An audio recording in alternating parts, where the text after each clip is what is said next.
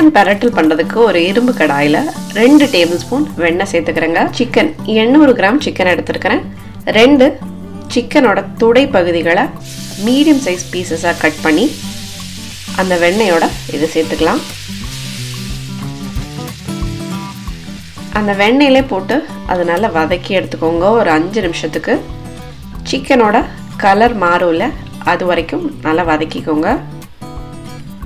பாருங்கள், சிக்கன்லேருந்து எவ்வளோ தண்ணி விட்டுருக்குதுன்னு பாருங்கள். நீங்கள் எக்ஸ்ட்ரா தண்ணி சேர்க்க தேவையே இல்லை. இந்த தண்ணியிலேயே சிக்கன் நல்லா வெந்துடும். 5 நிமிஷத்துக்கு அப்புறமா 1 டீஸ்பூன் உப்பு, 1/2 டீஸ்பூன் மஞ்சள் தூள் சேர்த்துட்டு நல்லா பரட்டி விடுங்க.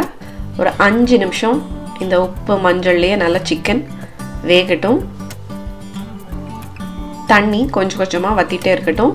ஒரு 3 காய்ந்த மிளகாய் எடுத்துருக்கிறேன். காம்பு நீக்கிட்டு நல்லா கசக்கிட்டு சேர்த்துக்கோங்க. உங்கள் காரத்துக்கு ஏற்ற மாதிரி இந்த இடத்துல கூட்டவோ குறைக்கவோ செஞ்சுக்கோங்க. கருவேப்பிலையும் ஒரு 10-15 தாராளமாக போட்டுட்டு ஒரு 10 நிமிஷம் இந்த வெண்ணெயிலேயே அப்படி அந்த காரத்தோடு சேர்ந்து நல்லா வதங்கட்டுங்க. அதுக்கப்புறம் 1 டீஸ்பூன் சீரகத்தூள், 1 டீஸ்பூன் மிளகாய்த்தூள், 1 டீஸ்பூன் மல்லித்தூள் எல்லாம் சேர்த்துட்டு நல்லா பரட்டி எடுத்துக்கலாம்.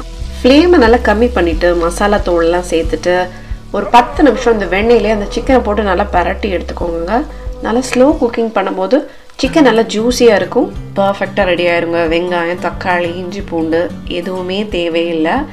இது ஒரு வித்தியாசமான சிக்கன் பரட்டல், நல்லா டேஸ்டியாக இருக்கும். ட்ரை பண்ணி பாருங்கள். இப்போ கடைசியாக 10 முந்திரி பருப்பு, கருவேப்பிலை. கருவேப்பிலை இந்த டிஷ்ஷுக்கு ரொம்ப ரொம்ப முக்கியங்க.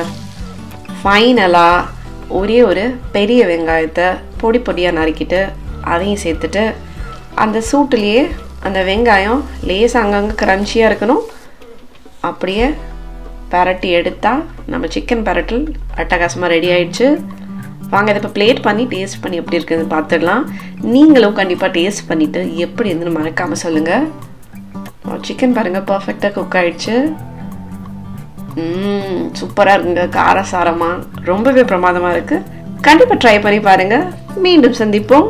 நீங்களும் சமைக்கலாம்.